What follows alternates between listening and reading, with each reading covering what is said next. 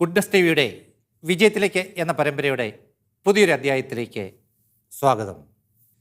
ലോകത്തിൽ ഏറ്റവും കൂടുതൽ മാനവശേഷി ഉള്ള രാജ്യം നമ്മുടെ ഇന്ത്യയാണ്.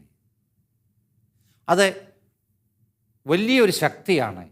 140 കോടി ജനങ്ങളുള്ള ഇന്ത്യയിലെ ഏതാണ്ട് 50% ഏതാണ്ട് 70 കോടിയോളം ആൾക്കാർ 25 വയസ്സിൽ താഴെയും, ഏതാണ്ട് 65% ആൾക്കാർ, അതായത് 90 കോടിയോളം ആൾക്കാർ 35 വയസ്സിൽ താഴെയുമാണ്.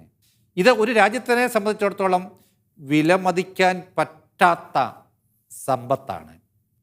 നമ്മുടെ രാജ്യത്തിന് ഈ വിലമതിക്കാത്ത സമ്പത്ത് ഉണ്ടെങ്കിലും നമ്മുടെ രാജ്യം നേരിടുന്ന ഏറ്റവും വലിയ പ്രശ്നം ഈ 90 കോടിയോളം വരുന്ന 35 വയസ്സിൽ താഴെയുള്ള യുവജനങ്ങൾക്ക് ആവശ്യമുള്ള തൊഴിൽ അവസരങ്ങൾ സൃഷ്ടിച്ചു കൊടുക്കുക എന്നത് വലിയ ഒരു ചോദ്യചിഹ്നമായി ഓരോ ഇന്ത്യക്കാരൻ്റെ മുമ്പിലും ഉണ്ട്.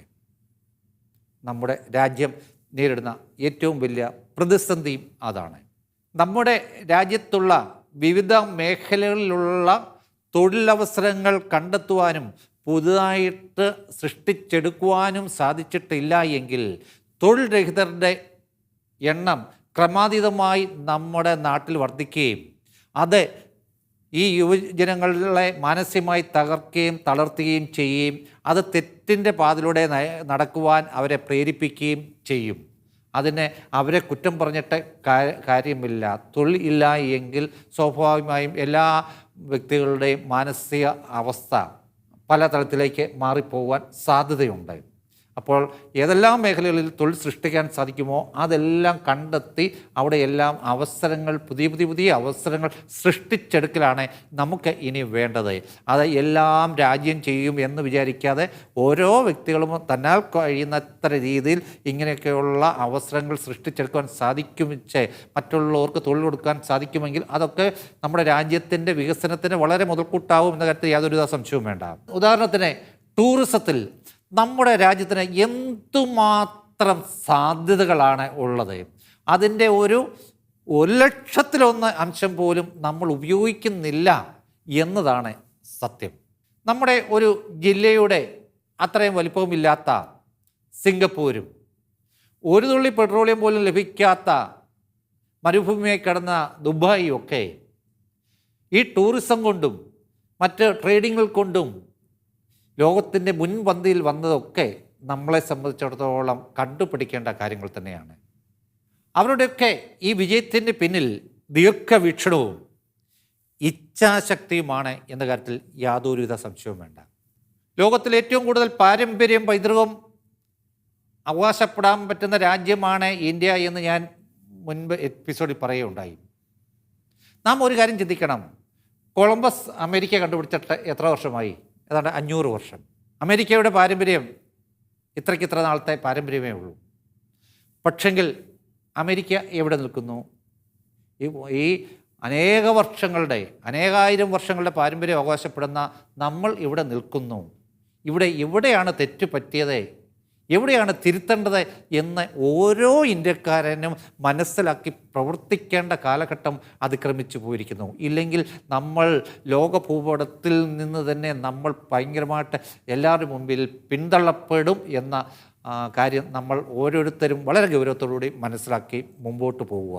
ഒരു നാടിൻ്റെ വികസനം എന്നത് ഭരണാധികാരികളിൽ മാത്രം നിക്ഷിപ്തമായിരിക്കുന്നു എന്നൊരു ചിന്തയാണ് ഇപ്പോൾ നമ്മളിൽ പലരും വെച്ചു പുലർത്തുന്നത്.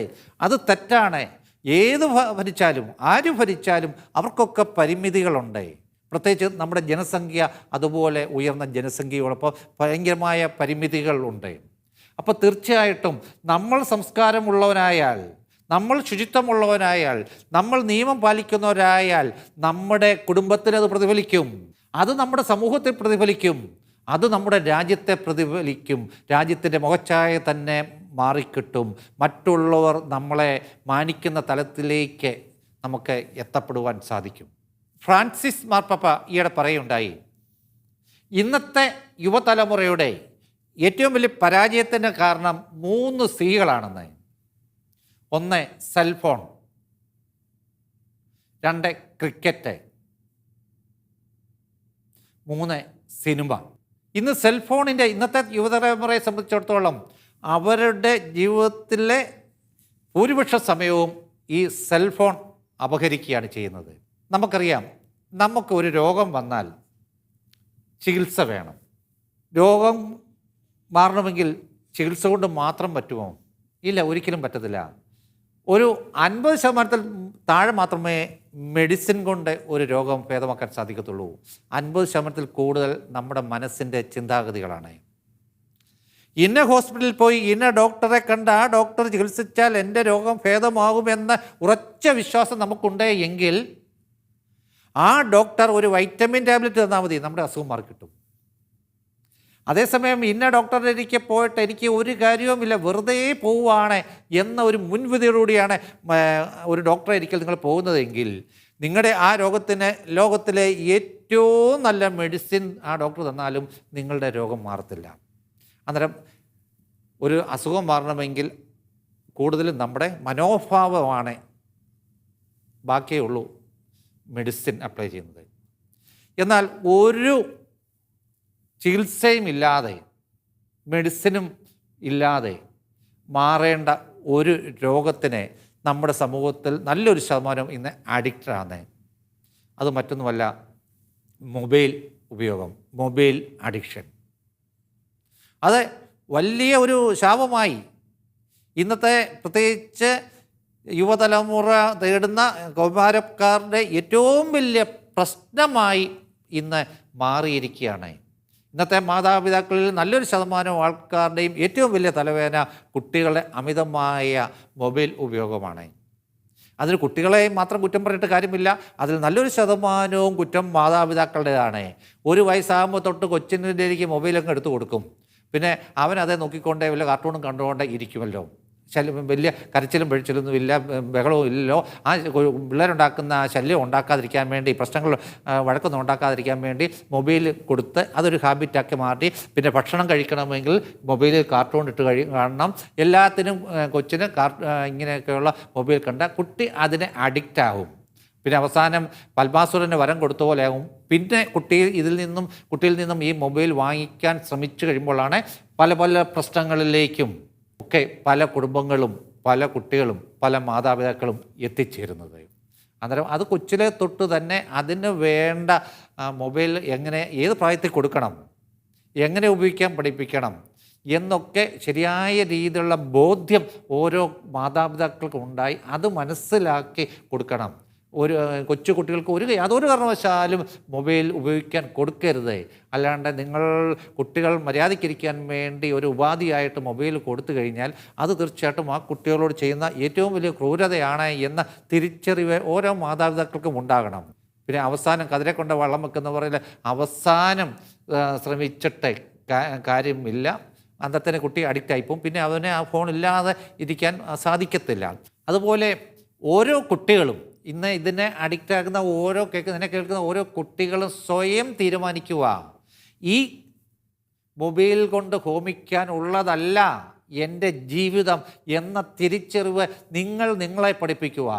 ഒരു കാര്യം മനസ്സിലാക്കുക, ഈ ലോകത്ത് നിങ്ങൾ പരാജയപ്പെട്ടു പോയതുകൊണ്ട് ഈ ലോകത്തിനൊന്നും സംഭവിക്കുന്നില്ല. നഷ്ടമാർക്കാണ്, നിങ്ങൾക്ക് ഓരോരുത്തർക്കുമാണ്, അല്ലെങ്കിൽ നമുക്ക് ഓരോരുത്തർക്കുമാണ് എന്ന ബോധ്യം ഓരോ കുട്ടിയും സ്വന്തം മനസ്സിനെ ആദ്യം തന്നെ പഠിപ്പിക്കുക. നിങ്ങൾ ഈ ലോകത്ത് പരാജയപ്പെട്ടു പോയതുകൊണ്ട് ഈ ലോകത്തിന് ഒന്നും സംഭവിക്കുന്നില്ല. അന്നേരം തീർച്ചയായിട്ടും മാതാപിതാക്കൾക്ക് വേണ്ടിയല്ല നിങ്ങൾ സൽസ്വഭാവികളാകേണ്ടത് അല്ലെങ്കിൽ നന്നായിട്ട് പഠിക്കേണ്ടത്, അധ്യാപകരെ ബോധ്യപ്പെടുത്താൻ വേണ്ടിയല്ല.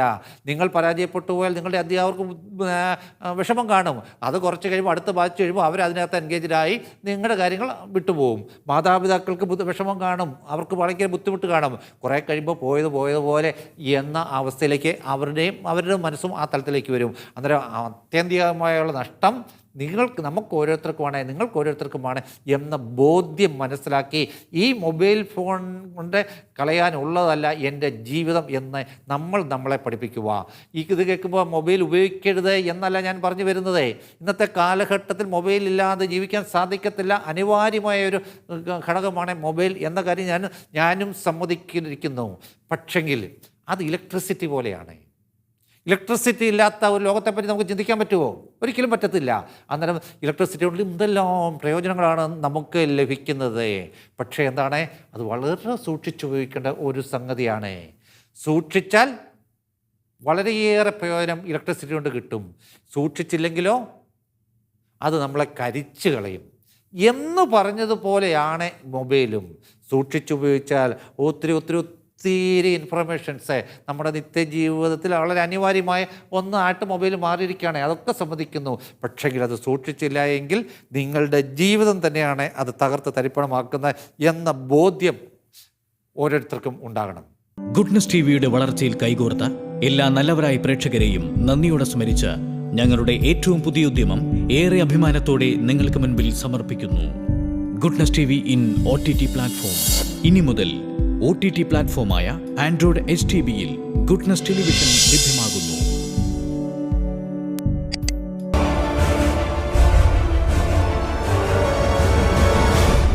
Goodness, stay with God.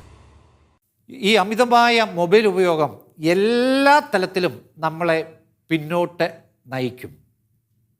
അങ്ങനെ അഡിക്റ്റ് ആകുന്ന ആൾക്കാർക്ക് പിന്നെ ആൾക്കാരോട് സംസാരിക്കണമെന്ന് താല്പര്യമില്ല, ആൾക്കാരുടെ കാണണമെന്ന് താല്പര്യമില്ല, എപ്പോഴും ഇതിന് അഡിക്റ്റ്. അവസാനം എന്താണ്, മദ്യത്തിനും മയക്കുമരുന്നിനും അടിമയായതിനെക്കാട്ടിലും ഉപരിയുള്ള അവസ്ഥയിലേക്ക് ഇവർ എത്തിച്ചേരുകയാണ്. ഇപ്പം ഇന്ന് കുട്ടികളിലേക്ക്, പ്രത്യേകിച്ച് മുതിർന്ന കുട്ടികൾ, അല്ലെ സ്കൂളിൽ പഠിക്കുന്ന, അല്ലെ 10ാം ക്ലാസ്സിൽ പഠിക്കുന്ന, +2 കുട്ടികളിൽ നിന്നും മൊബൈൽ പിടിച്ചു വാങ്ങിച്ചു വെച്ചതിലൊന്നും കാര്യമില്ല. കുട്ടികളെ അത് ബോധ്യപ്പെടുത്തുക, അല്ലെ കുട്ടികൾ ബോധവാന്മാരാകുക എന്ന കാര്യം ആണ് ഏറ്റവും കൂടുതൽ നമുക്ക് കൊടുക്കേണ്ട ഓറിയൻറ്റേഷൻ. അതിന് തീർച്ചയായിട്ടും എന്നെ കേൾക്കുന്ന കുട്ടികൾ ഒന്ന് ചിന്തിക്കുക, അല്ലെ ഈ സമയത്ത് ഒരു പ്രതിജ്ഞ ചെയ്യുക. ഞാൻ ഈ മൊബൈൽ ഉപയോഗിക്കുന്നത് ഇന്ന സമയങ്ങളിൽ മാത്രമേ ഉള്ളൂ. പ്രത്യേകിച്ച് പഠിക്കുന്ന സമയത്ത് യാതൊരു പ്രാവശ്യം മൊബൈൽ ഉപയോഗിക്കത്തില്ല. ആ സമയത്ത് മൊബൈൽ സൈലൻ്റാക്കി മാറ്റിവെക്കും, അല്ലെങ്കിൽ ഓഫ് ചെയ്ത് മാറ്റിവെക്കും.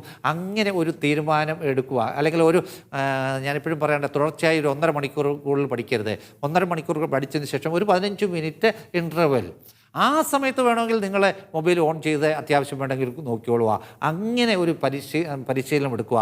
വിദേശ രാജ്യങ്ങളിലൊക്കെ ഇന്ന് ഈ മൊബൈലിന് അഡിക്റ്റ് ആയിട്ടുള്ള കുട്ടികളൊക്കെ അതിൽ നിന്ന് മോചനം നേടുവാൻ വേണ്ടി ഫോൺ ഫാസ്റ്റിങ് ചെയ്യാറുണ്ട്. അതായത് ആഴ്ചയിൽ അര ദിവസം ഞാൻ ഫോൺ ഉപയോഗിക്കുന്നില്ല, ഒരു ദൃഢപ്രതിജ്ഞ ചെയ്തിട്ടേ ഫോൺ അര ദിവസം മാറ്റി വെക്കുക. കുറേ കഴിയുമ്പോൾ നിങ്ങൾ അതിനോട് അങ്ങ് അഡ്ജസ്റ്റ് ആകും. അല്ലെങ്കിൽ പിന്നെ ഒരു ദിവസം ഉപയോഗിക്കുന്നില്ല. അങ്ങനെ ഈ ഫോൺ അഡിക്ഷനിൽ നിന്നൊക്കെ നമുക്ക് മാറിയെടുക്കുവാൻ നമുക്ക് സാധിച്ചിട്ടില്ല എങ്കിൽ അത് വലിയ ദുരന്തത്തിലേക്ക്, നമ്മുടെ ജീവിതം തകർത്തുന്ന അവസ്ഥയിലേക്ക് നമ്മൾ എത്തിച്ചേരും. അതിന് നമ്മൾ ഒരിക്കലും ഇട കൊടുക്കരുത്. അതുപോലെ തന്നെ നിങ്ങളൊക്കെ ഒരു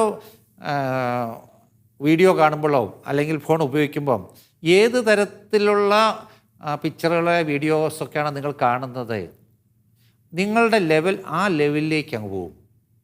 നിങ്ങൾ തൊപ്പി ലെവലുള്ളതാണ് കാണുന്നതെങ്കിൽ നിങ്ങളുടെ ലെവൽ ആ ഒരു ലെവലിലേക്ക് മാറും. പിന്നെ വരുന്നത് ആ തരത്തിലുള്ള നോട്ടിഫിക്കേഷൻസ് ആയിരിക്കും നിങ്ങൾക്ക് വരുന്നത്. അന്നേരം ഓരോരുത്തരും ഏത് തരം ആൾക്കാരുടെ ഒപ്പം ജീവിക്കുന്നോ സ്വാഭാവികമായിട്ടും ആ തരത്തിലേക്ക് നമ്മുടെ സ്വഭാവവും അങ്ങ് വഴുതി മാറും. അതായത് കന്നിൻ്റെ കൂടെ നടന്നാൽ കന്നിൻ്റെ സ്വഭാവം കിട്ടുമെന്ന് ഒരു ചൊല്ലുണ്ടല്ലോ എന്ന് പറഞ്ഞ പോലെ. അന്നേരം തീർച്ചയായിട്ടും നിങ്ങൾ ഇതുപോലെയൊക്കെ സബ്സ്റ്റാൻഡേർഡ് ആയിട്ടുള്ള വീഡിയോസും ഒക്കെയാണ് വരുന്നതെങ്കിൽ നിങ്ങൾക്ക് വരുന്ന നോട്ടിഫിക്കേഷൻസ് എല്ലാം ആ തരത്തിലുള്ളതായിരിക്കും. പിന്നെ ഓട്ടോമാറ്റിക്കായിട്ട് നിങ്ങളും നിങ്ങളുടെ ലെവൽ ആ ലെവലിലേക്ക് അങ്ങ് അത് മാറിപ്പോകും. അത് പിന്നെ നിങ്ങൾ സമൂഹത്തിൽ തന്നെ നിങ്ങൾ ഒറ്റപ്പെട്ടു പോകുന്ന അവസ്ഥ സൃഷ്ടിക്കുവാൻ ഇടവരും. ഏതൊരു വ്യക്തിക്കും ജീവിതത്തിൽ വിജയിക്കണമെങ്കിൽ 3 ഡികൾ ആവശ്യമാണ്. പരാജയത്തിൻ്റെ 3 സികൾ നമ്മൾ നോക്കുകയുണ്ടായി. അതുപോലെ വിജയിക്കുവാൻ വേണ്ടത് 3 ഡികളാണ്: ഡിസിഷൻ, ഡിസയർ, ഡിറ്റർമിനേഷൻ. ഈ 3 ഡികളുണ്ടെങ്കിൽ ഏതൊരു വ്യക്തിക്കും ലൈഫിൽ സക്സീഡ് ആകാം. ആദ്യമേ തന്നെ എന്താണ് വേണ്ടത്, അല്ലെങ്കിൽ ഞാൻ ആരാകാൻ പോകുന്നു, എന്താകാൻ പോകുന്നു, എൻ്റെ ലക്ഷ്യം എന്താണ് എന്ന ഒരു ഡിസിഷൻ ആദ്യമേ തന്നെ എടുക്കുക. അങ്ങനെ ലക്ഷ്യബോധം എടുക്കുന്ന വ്യക്തി അവൻ്റെ ജീവിതത്തിൽ 50% മുന്നേറി എന്ന് പറയാം. അങ്ങനെ ഒരു ഡിസിഷൻ എടുത്തു കഴിഞ്ഞാൽ പിന്നെ വേണ്ടത് ഡിസയറാണ്. ആ എടുത്ത ഡിസിഷനെ നിങ്ങളങ്ങ് ലൈക്ക് ചെയ്യുക. നോ ലൈക്ക് ചെയ്താൽ പോരാ, ലവ് ചെയ്യുക. അതെന്താ ലൈക്ക് ചെയ്താൽ പോരാ, ലവ് ചെയ്യണമെന്ന് പറഞ്ഞത്? What is the difference between like and love? ഇതിന് ശ്രീബുദ്ധൻ നല്ല ഒരു ഡെഫിനിഷൻ തന്നിട്ടുണ്ട്. When you like A flower you just pluck it. When you love A flower water it daily. നിങ്ങളൊരു പുഷ്പത്തെ ഇഷ്ടപ്പെട്ടാൽ നിങ്ങളതിനെ പറിച്ചെടുക്കും. നിങ്ങളൊരു പുഷ്പത്തെ സ്നേഹിച്ചാലോ അതിന് വെള്ളവും വളവും കൊടുക്കും. അന്നേരം നിങ്ങൾ നിങ്ങളുടെ ആ ഡിസിഷനെ ലൈക്ക് ചെയ്യുമല്ലോ വേണ്ടത്, ലവ് ചെയ്യണം. അതിന് വേണ്ട ആ ഡിസിഷൻ നടപ്പിലാക്കുവാൻ വേണ്ടത് എന്തൊക്കെയാണ് എന്ന് മനസ്സിലാക്കി അതിന് ആവശ്യമായ വെള്ളവും വളവും കൊടുക്കുക. ആ ഡിസിഷൻ അങ്ങ് ദൂരെ ദൂരെ ദൂരെ ദൂരെ ഒരു മിന്നാമിനിങ്ങിൻ്റെ വെട്ടം പോലെ നിങ്ങൾ കാണുക. അതിലേക്ക് മുന്നേറുക. ഓരോ നിമിഷവും ഓരോ സെക്കൻഡിലും ആ ലക്ഷ്യത്തിലേക്ക് നടന്നെടുക്കുക. അങ്ങനെ ആ ലക്ഷ്യമായി മുമ്പോട്ട് പോകുന്ന ആൾക്കാർക്ക് അവധി ദിവസങ്ങളെന്നോ സെക്കൻഡ് സാറ്റർഡേ എന്നോ സൺഡേ എന്നോ അവധി ദിവസങ്ങളെന്നോ ഒന്നുമില്ല. ഓരോ നിമിഷവും അവർ ആ സ്വപ്നത്തിലേക്ക് ആ ലക്ഷ്യത്തിലേക്ക് മുന്നേറിക്കൊണ്ട് ഇരിക്കും. പിന്നെ മൂന്നാമത്തത് വേണ്ടതാണ് ഡിറ്റർമിനേഷൻ, ദൃഢനിശ്ചയം. എന്തെല്ലാം പ്രതിസന്ധികളുണ്ടായാലും എന്തെല്ലാം എതിർപ്പുകളുണ്ടായാലും ഞാൻ എൻ്റെ ലക്ഷ്യത്തിലെത്തിച്ചേരും, ആ ലക്ഷ്യം ഞാൻ നേടിയിരിക്കും, അത് സഫലീകരിച്ചിരിക്കും എന്ന ആ ദൃഢമായ നിശ്ചയദാർഢ്യവുമായി മുമ്പോട്ട് നിങ്ങൾ പോവുകയാണെങ്കിൽ നമ്മൾ വിശ്വസിക്കുന്ന ദൈവീയ ശക്തികളും ഈ പ്രപഞ്ച ശക്തികളും നമുക്ക് ഇരുവശവും നിന്ന് വഴിയൊരുക്കി നമ്മളെ ആ ലക്ഷ്യത്തിലേക്ക് എത്തിച്ചിരിക്കും എന്ന കാര്യത്തിൽ യാതൊരുവിധ സംശയവും വേണ്ട. ഇച്ഛാശക്തിക്ക് മുമ്പിൽ ഹിമാലയം പോലും ഒരു തടസ്സമാകത്തില്ല. നിങ്ങൾ നിങ്ങളുടെ ദൃഢനിശ്ചയമായി മുൻപോട്ട് കുതിക്കുമ്പോൾ വഴിയോരത്തെ ഇരുവശങ്ങളിൽ നിന്നും പലരും കുരച്ചു കാണിച്ചെന്നിരിക്കാം, വിമർശിച്ചെന്നിരിക്കാം. അവർക്കൊന്നും മറുപടി കൊടുക്കുവാൻ നിങ്ങൾ ശ്രമിക്കരുത്. അവർക്കൊക്കെ ഈ വിമർശിക്കുവാനോ മറ്റോ സാധിക്കത്തുള്ളൂ. അന്നേരം തീർച്ചയായിട്ടും അതിന് മറുപടി കൊടുത്ത് നിങ്ങൾ നിങ്ങളുടെ സമയം കളയാതെ നിങ്ങൾ നിങ്ങളുടെ ലക്ഷ്യത്തിലേക്ക് മുന്നേറിക്കൊണ്ടിരിക്കണം. കഴുകനെ ആക്രമിക്കുവാൻ ധൈര്യം കാണിക്കുന്ന ഏക പക്ഷിയാണ് ബ്ലാക്ക് ട്രോങ്കോ. അത് സൗത്ത് ഇന്ത്യയിലും വിദേശ രാജ്യങ്ങളിലുമൊക്കെയാണ് അത് സാധാരണ കാണാറുള്ളത്. ഈ ബ്ലാക്ക് ട്രോങ്കോ കഴുകൻ്റെ പുറത്ത് കയറിയിരുന്നിട്ട് കഴുകൻ്റെ കഴുത്തിൽ കടിക്കും. കഴുകൻ അതിനോട് പ്രതികരിക്കാറില്ല, അതിനോട് മത്സരിക്കാറില്ല, അതിനോട് മല്ലയുദ്ധം നടത്താറില്ല. മറിച്ച് കടി മൂക്കുമ്പോൾ കഴുകൻ പതുക്കെ അതിൻ്റെ വിശാലമായ ചിറകുകൾ വിരിച്ച് ഉയർന്നു പാർക്കും. കുറേ ഉയരങ്ങൾ പോയി കഴിയുമ്പോഴത്തേക്ക് ട്രോങ്കോയ്ക്ക് അത്രയും ഉയരത്തിൽ ശ്വാസം എടുക്കുവാൻ സാധിക്കത്തില്ല.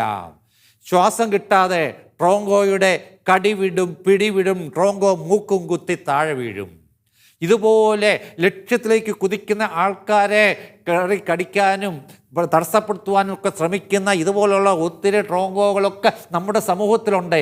ഇതിനെയൊക്കെ അങ്ങ് ഇഗ്നോർ ചെയ്യണം, ഇതിനെയൊന്നും മൈൻഡ് ചെയ്യരുത്. ഇവർക്കൊക്കെ ഇങ്ങനെ ചൊറിയാൻ മാത്രമേ സാധിക്കത്തുള്ളൂ. നമ്മളെ കയറി അതിന് നമ്മൾ നിന്ന് കൊടുത്തിട്ടില്ലെങ്കിൽ നമ്മളെ തൊടുവാൻ ഇവർക്കൊന്നും സാധിക്കാതെ എല്ലാ പ്രതിസന്ധികളെയും തരണം ചെയ്ത് ഇങ്ങനെ മുമ്പോട്ട് പോകുന്നവരാണ് അവർ ലക്ഷ്യത്തിൽ ചെല്ലുന്നത്. അപ്പോൾ എതിരാളികളൊക്കെ ഇവരെ കണ്ടട്ടെ, ഇങ്ങനെ ആകാശം വിട്ട് ഇവർ ഉയരുമ്പോൾ എതിരാളികൾ പലതും താഴെ നിന്നുകൊണ്ട് നോക്കി അന്തം വിടുവാൻ മാത്രമേ സാധിക്കത്തുള്ളൂ.